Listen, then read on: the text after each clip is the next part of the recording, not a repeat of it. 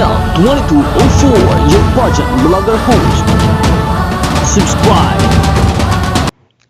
Magandang araw Pilipinas and good day pageant lovers!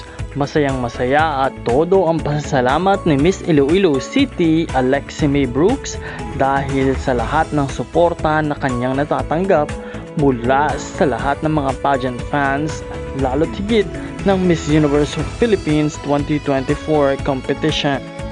Ngayon ay inanunsyo na waginga na naman ang dalaga sa isa pang challenge ng Miss Universe Philippines na walang iba kundi ang Zonrock Scholar Safe Casting Reel.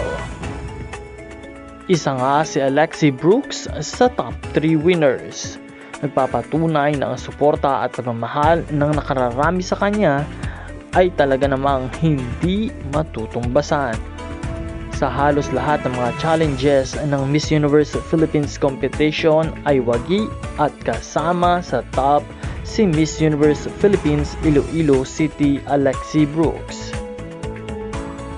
Kaya labis-labis ang kanyang pasasalamat sa inyong lahat at patuloy na humihiling na hanggang sa dulo ay inyo siyang samahan at suportahan.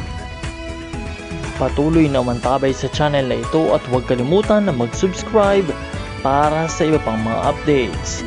Maraming salamat sa iyong panonood at maraming salamat din sa iyong pag-subscribe.